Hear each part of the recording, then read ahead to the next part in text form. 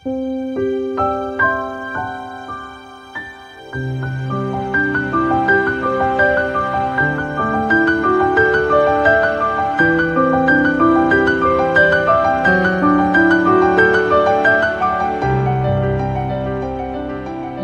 sa kwento ng pananampalataya ang bawat bayan sa Pangasinan. Mga kwento ng paniniwala, mga kwento ng himala, at mga kwento ng debusyong ipinapasa mula sa isang henerasyon hanggang sa susunod. Sa panahon ng Semana Santa, mas nagiging malinaw ang lahat. Mas nagiging mabigat ang bawat hakbang. Mas nagiging totoo ang bawat dasal. At mas nararamdaman ng bawat isa ang pangangailangan na kumapit sa poong may kapal. At dito mas malinaw na naaalala ng mga Pilipino ang kahalagahan ng pananampalataya. Hindi lamang sa loob ng simbahan, kundi sa pang-araw-araw na buhay ng komunidad. Sa lalawigan ng Pangasinan, makikita ang mga lugar kung saan ang kasaysayan, kultura at relihiyon ay magkakaugnay. Sa bayan ng Bani, nakatayo ang Our Lady of the Immaculate Conception Parish, isang simbahan na matagal ng bahagi ng kanilang kasaysayan. Ngunit bago pa man ito maitayo, may isang kwento na hanggang ngayon ay patuloy na isinasalaysay ng mga residente. Ayon sa kanila, ang bayan noon ay tinatawag na San Simon at ang unang poblasyon ay matatagpuan sa lugar na kilala bilang Namagbagan.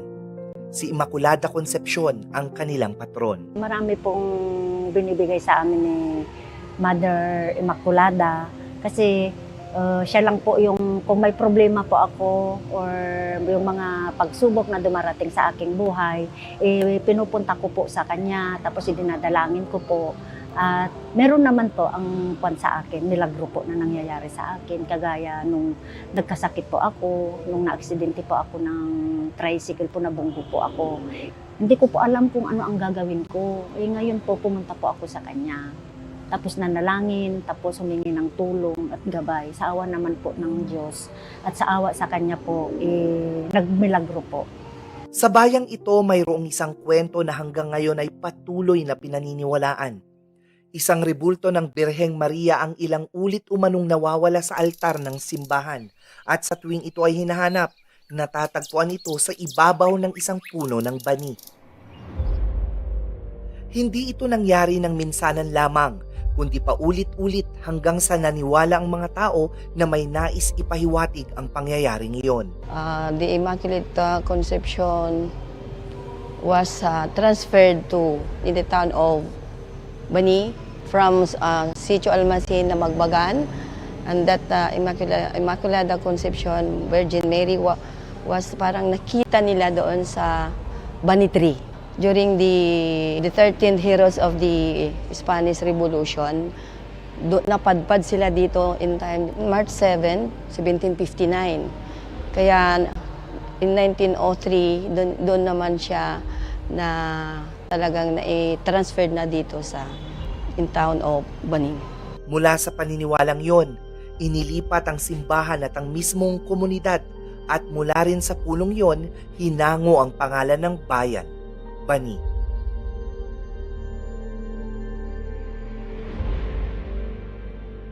Ngunit higit pa sa kasaysayan, ang tunay na bumubuhay sa simbahan ay ang mga debotong patuloy na lumalapit. Mga taong may dalang sakit, pangamba at pag-asa. Yung sana po, madagdagan pa po yung buhay ko para makapagsilbi po ako sa kanya. At saka sa aking kapwa, at saka sa mga nangangailangan po ng tulong sa akin.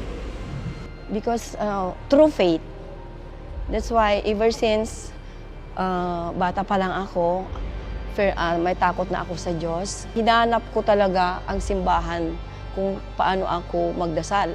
When I call the name, how many times or how often I am praying through the name of Immaculate Conception, that is faith. Yung pananampalataya mo, pananatilihin, talagang gagaling ka because there is a miracle. I experienced myself, I felt down. Because of faith, bigla akong namulat na parang sabi ng husband ko nga, Kala ko wala na ako. I believe in myself na there is a miracle na nangyari sa aking buhay. Yun po, yung parang ina-assume ko talaga through faith na without God, without Mary, baka wala na ako. Sa bawat paglapit nila sa altar, hindi lamang sila humihingi ng himala, kundi lakas upang magpatuloy. Sa bani, ang pananampalataya ay hindi kailangang ipaliwanag dahil sapat na ang ito ay maramdaman.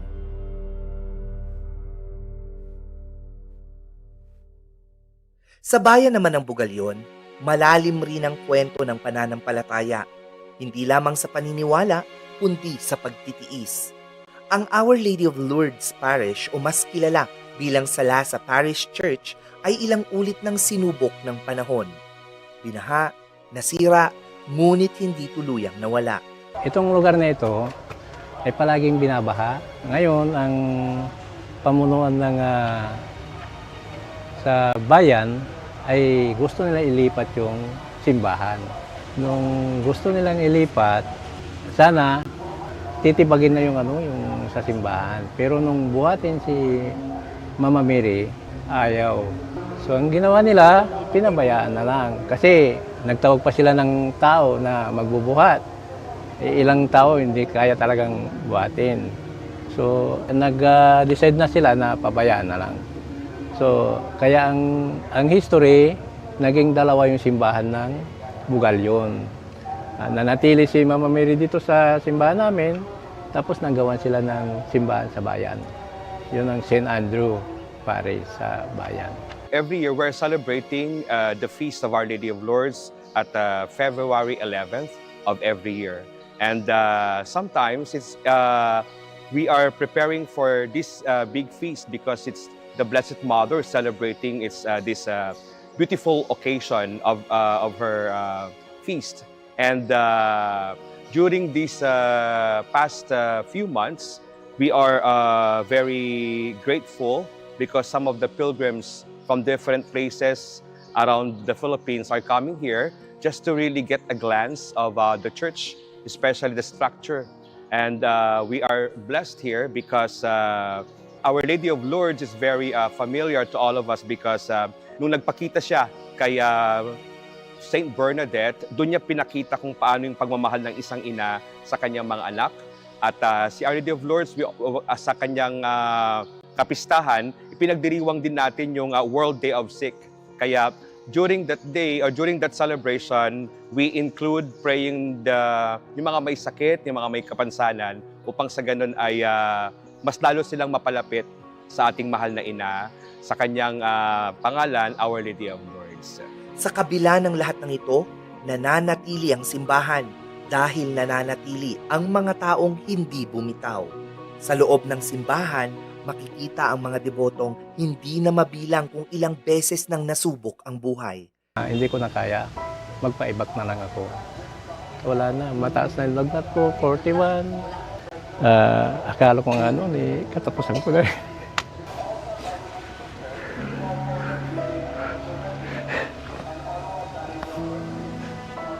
Basta pinagdadasal ko lang, Mama Mary, kayo na bahala sa akin.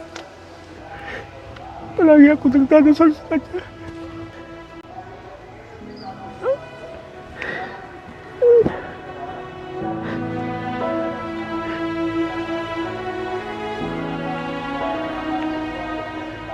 Napakaganda yung pinunta namin, parang garden.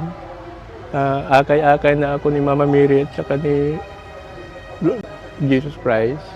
Sabi niya, ihatid ka na namin, bumalik ka. Nung pagkatapos ng buwan ko na yon, unti-unti, gumaling ako.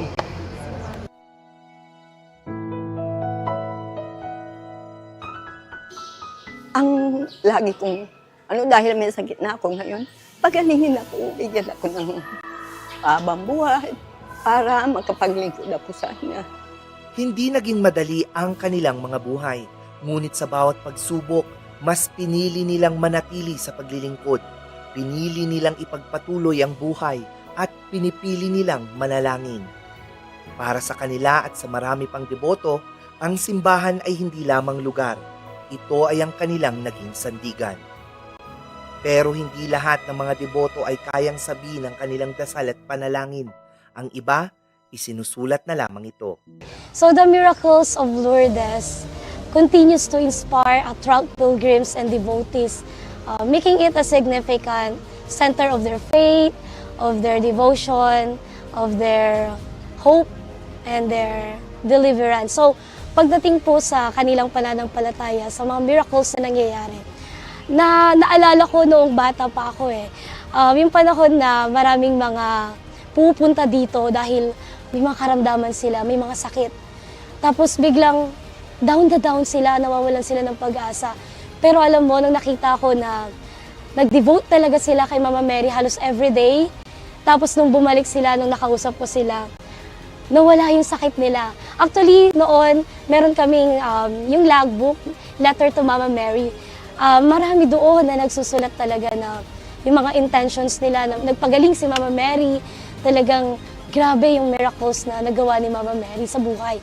At saka marami ding mga, alam mo yung mga let passers, katulad ko, noon, marami ang pupunta rin dito kahit ngayon. Nag-iiwan sila ng letter dun sa original na grotto ni Mama Mary. Talagang andun yung mga letters na mga nagtitake ng board exam. Talagang nagtithank you sila doon at nakikita mo na yung mga miracles na nangyari sa buhay nila. Sa bawat papel na iniiwan, may kasamang pangarap, pag-asa at paniniwala na may nakikinig. At sa gitna ng lahat ng ito, ang ilan ay may mga sandaling wala nang matakbuhan. Sa mga sandaling yon, ang pananampalataya ay hindi na lamang paniniwala. Ito ay kanila na ring kinakakitan.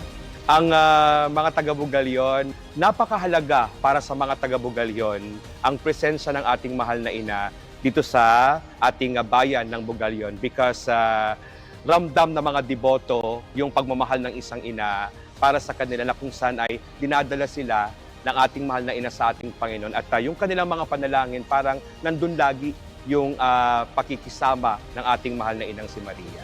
Isa siyang ina na tinatakbuhan ng mga pusong pagod na. Kaya nung naging scholar ako, as in, grabe, yung tipong ayaw mo nang umalis sa simbahan, na hindi kumpleto ang araw mo pag hindi ka nakakapagsimba, hindi ka nakaka-attend sa mga church activities. At sa pagiging scholar namin, napakasaya dahil marami kaming nakikilala, lalong-lalo ng mga church leaders. And then, alam mo, pagiging Kristiyano, dapat living out your faith. Tapos yung pagiging living out your faith with a purpose, na kung saan yung purpose na yun, nag-serve sa akin na motivation, inspiration para mag-continue ako na mag-serve kahit na hindi na ako scholar, nag-continue pa rin ako mag-serve dito sa Our Lady of Lourdes Parish. May sasabi kong pasasalamat kay Inang Lourdes, yung inadya ka sa lahat ng mga sakuna na nangyari sa buhay at saka yung pagpapala na binibigay niya araw-araw sa buhay ko. Bilang isang devotee ni Mama Mary, Our Lady of Lourdes, marami akong napatunayan na sa lahat ng pagsubok na dumaraan sa buhay, kapag patuloy kang kumakapit sa Kanya, talagang lahat ng problema mo mawawala. At patuloy ka lang na maniwala sa Kanya. To Jesus, through Mary. At sa bawat debotong patuloy na nagninilay, nakikiusap at humihingi ng kapatawaran, Devoted kami kay Mama Mary. Marami kaming nakukuhang privileges, di ba, kay Mama Mary. Kasi noon, minsan, talagang mahirap ang buhay namin. Naghihirap din kami sa buhay hanggang ngayon. Pero alam namin, hanggang si Mama Mary na tumutulong sa amin. Gumagabay sa mga gawain dito. Maglilinis, tulong-tulong kami sa mga gawain dito. hindi lamang sila nagdarasal, isinusuko nila ang lahat para sa pag-asang muling makabangon at kahilingan ng isa pang mas magandang bukas.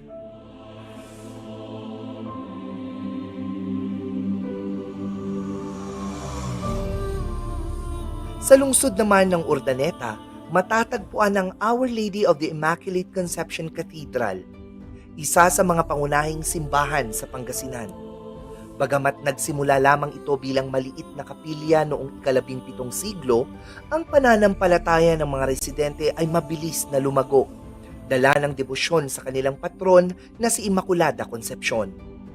Ang simbahan ay naging sentro ng espiritual na buhay ng komunidad, kung saan ang bawat misa, pagdarasal at paggunita sa kapistahan ay nagpapaalala sa debosyon at panata.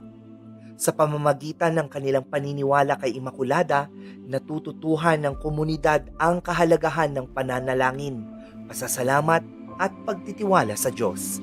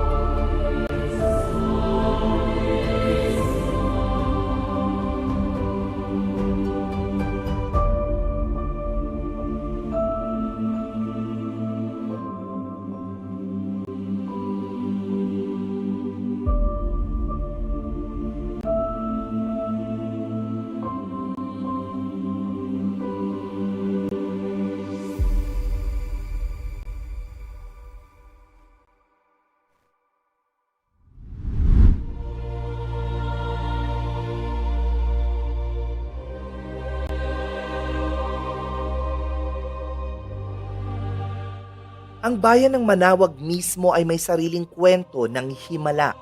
Ayon sa mga lumang salaysay, taong 1610, isang magsasaka ang nakarinig ng mahiwagang tinig habang siya ay nagtatrabaho sa bukid.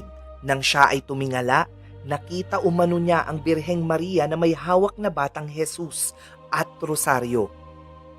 Napapalibutan ng liwanag. Dito hiniling umano ng Birhen na magtayo ng simbahan sa lugar. Mula sa pangyayaring iyon, nagmula ang pangalan ng bayan na Manaoag, na pinaniniwala ang nagmula sa salitang Pangasinan na nangangahulugang tumawag. Sa paglipas ng panahon, marami pang kwento ng himala ang iniuugnay sa Birhen ng Manaoag. Iba po ang spirit ni Apo Manaoag. Yung pansarili po naming kahilingan ay natutupad.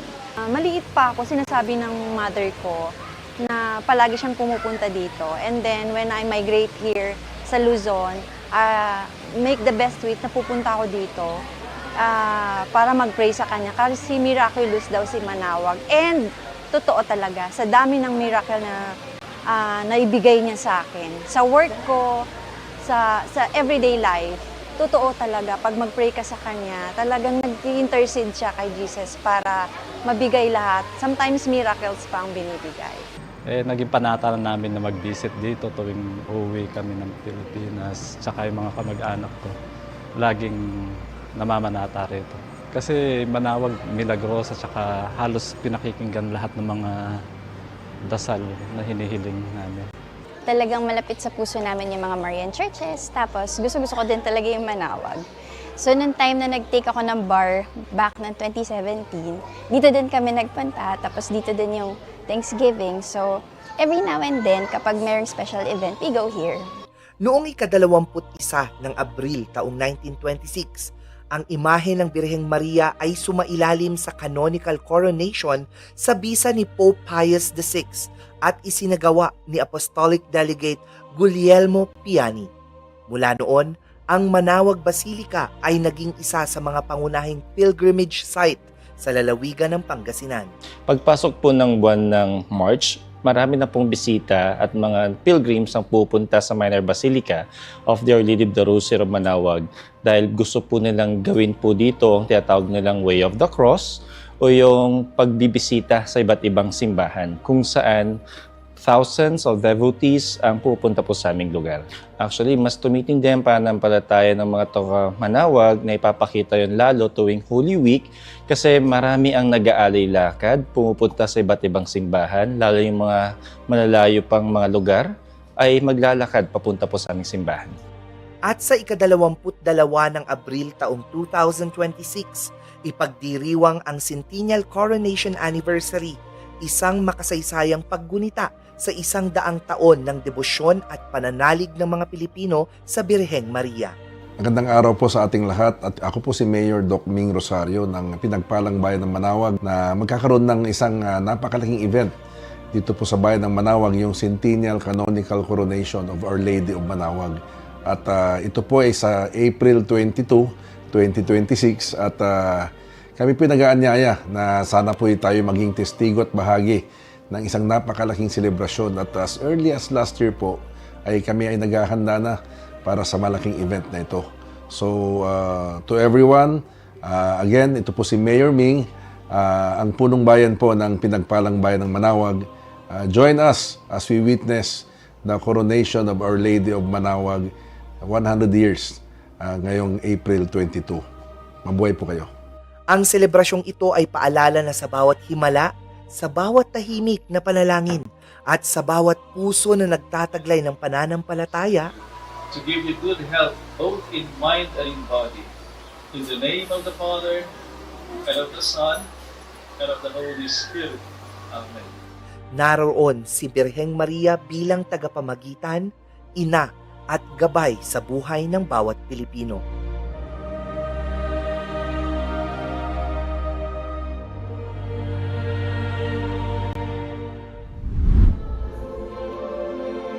At sa pagsisimula ng Semana Santa, isang mahalagang tradisyon ang makikita sa maraming simbahan sa Pilipinas, ang Palm Sunday o Linggo ng Palaspas. Ito ang paggunita sa pagpasok ni Jesus sa Jerusalem, kung saan siya sinalubong ng mga taong may hawak ng mga sanga ng palma. Gaya na lamang sa Santiago Island sa bayan ng Bolinao, kung saan ang mga dahon ng buri ay ginagawang palaspas. Ang palaspas ay masinsinang hinahabi at dinadala ito ng mga deboto sa simbahan upang basbasan ng pari.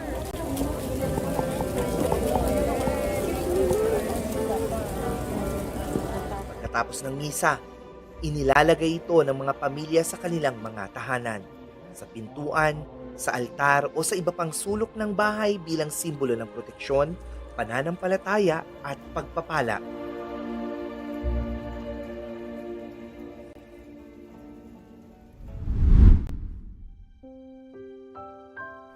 Sa bayan ng Santa Maria, Pangasinan, matatagpuan ang Our Lady of the Pillar Parish, ang pangunahing simbahan na nagsisilbi sa komunidad. Dito, may mga debotong natagpuan ang kanilang pananampalataya sa hindi inaasahang paraan. Since I was not from here, also being a church lay leader of the church, I know some like some miracles what Mama Mary did to the parishioners and within the community. When I was new here, that I'm not really an church goer, but then I was convinced to come to the church, and then I observed that when I go to church, I feel like something that Mama Mary is calling me to serve the church. That is the start of my service to the church. And then when I feel something na yung tumatahat ang balahibo mo pag nagdadasal ka kay Mama Mary. And thanks God, all my prayers are answered through Mama Mary, and now they are all grown up. According po sa mga kwento ng mga elders sa amin before, kasi nung nagsaserve pa kami dito nung bata kami, sabi nila, meron daw pong isang matanda ang pumunta po dito sa bayan ng Santa Maria. And because napaka-hospitable ng mga tao dito sa Santa Maria, tinulungan nila yung matandang humihingi ng tubig at pagkain. And sinabi po ng matandang pulubi na ito na addanto ti sumangpet a dilubyo ket saan kayo abaybayan. And afterwards, nagkaroon po ng isang malakas na bagyo at nanatiling ligtas ang mga taga Santa Maria. Kung kaya't naniwala po sila na ang matandang po ito ay si Santa Maria di Pila. At magmula nun, dahil po sa dike na pumoprotekta or pilar na pumoprotekta sa aming bayan, binansagan po itong Santa Maria di Pila. Dahil sa istorya ni Santa Maria na nagpakita di umano sa mga residente ng Santa Maria. Tuwing ika-8 ng Disyembre, ipinagdiriwang dito ang Solemnity of the Immaculate Conception, isang kapistahang kinikilala sa buong bansa bilang paggunita sa paniniwalang ang Birheng Maria ay ipinaglihi ng walang bahid ng kasalanan. Sa isang bayang nakasandig sa agrikultura at simpleng pamumuhay, ang simbahan ay nananatiling lugar ng panalangin, pasasalamat at pag-asa. It's nice to know that we have so many churchgoers and we have 2 masses in the morning. Every day we have masses, Wednesday to Saturday, and every Sunday 2 masses also. And then we have also community mass, which I go with the priest. So people are very religious here. Yes, we have the Station of the Cross. During the Holy Week, when it starts Good Monday, meron na pong dumarating na nagbibisita iglesia. So, may naiiwan po dito na nagtatanong about Mama Mary. So, what we know, yun po sinasabi namin. Dito nagtitipon ng komunidad hindi lamang upang magsimba, kundi upang ipagpatuloy ang mga tradisyon ng pananampalatayang minana mula sa mga naunang henerasyon. Holy Mary, Mother of God, pray for us sinners, now and at the hour of our death. Glory be to the Father, and to the Son. Sa barangay Pugaro sa bayan ng Manawag, may isang tahimik na bukal na matagal nang pinaniniwalaang may kapangyarihang magbigay ng kagalingan sa mga dumadalaw dito. Tinatawag itong Miraculous Virgin's Well, isang lugar na hindi nakikita sa mga mapa ngunit patuloy na dinarayo ng mga deboto. Ayon sa mga lokal, maraming kwento ang umiikot tungkol sa bukal. Ito po ang kwento po na kung paano nagsimula ang himalang tubig po.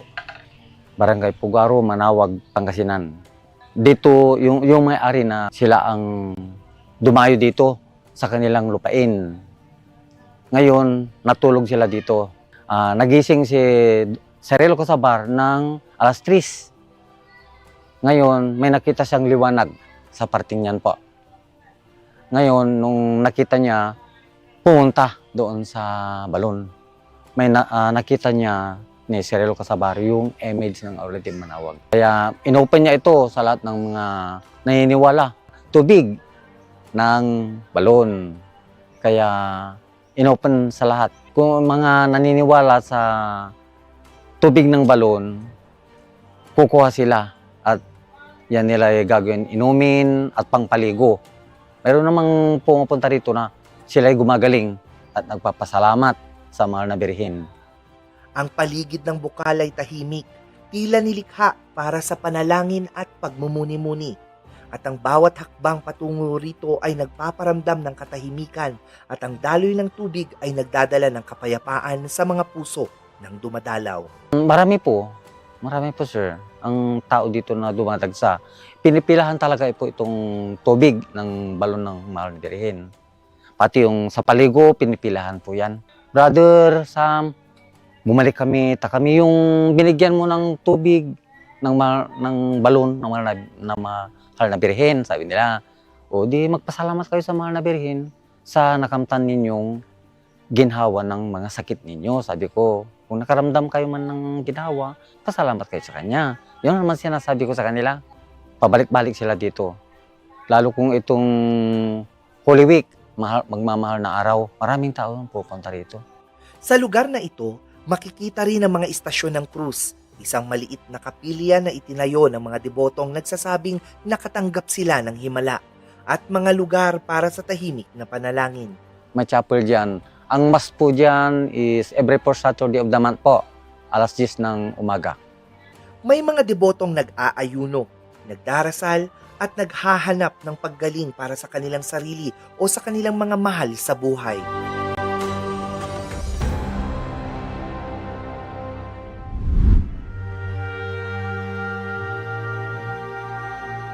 Sa bayan naman ng Natividad, makikita ang Our Lady of the Nativity Parish Church.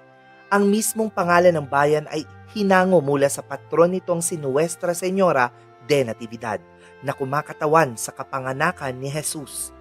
Ang simbahan ay itinayo noong 1927 sa pangunguna ni Father Reynaldo Rola at ng mga deboto ng bayan.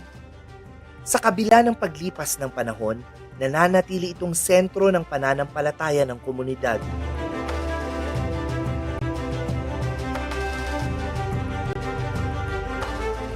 Para sa maraming residente, Ang simbahan ay parang yakap ng isang ina sa komunidad.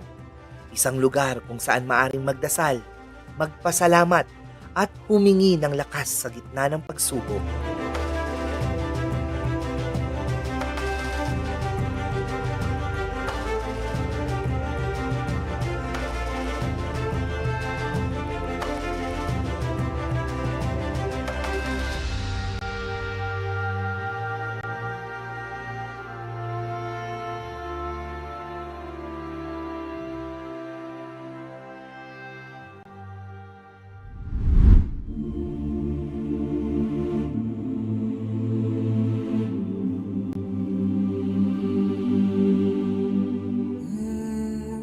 Sa bawat sulok ng Pangasinan, makikita ang tibay at lalim ng paniniwala ng mga Pangasinense, ng mga Pilipino.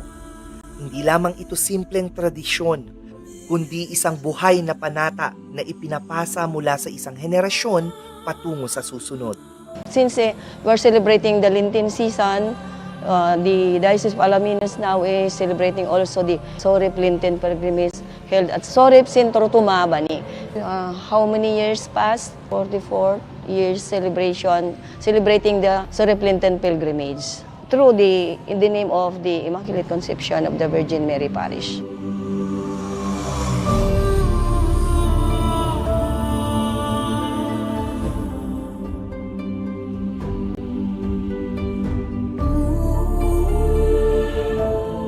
My prayer that during this Lenten season, as we are reminded with the Paschal mysteries of Jesus Christ, His passion, His death and resurrection, as children of God, may we always remember that Mama Mary, Our Lady of Lourdes, is always with us, our companion in bringing us to Jesus as we celebrate the near Resurrection Sunday or the risen Christ this coming April 5th.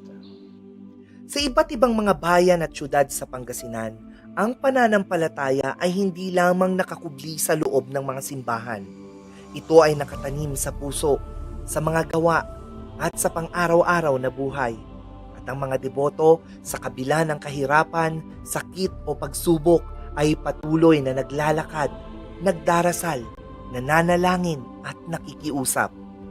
Hindi lamang sila umaasa sa himala, kundi naniniwala sa kapangyarihan ng panata na sa taimtim na panalangin, sa matyagang paglakad at sa dalisay na puso, naroroon ang pag-asa at paggaling. Ang panata ay hindi isang simpleng pangako.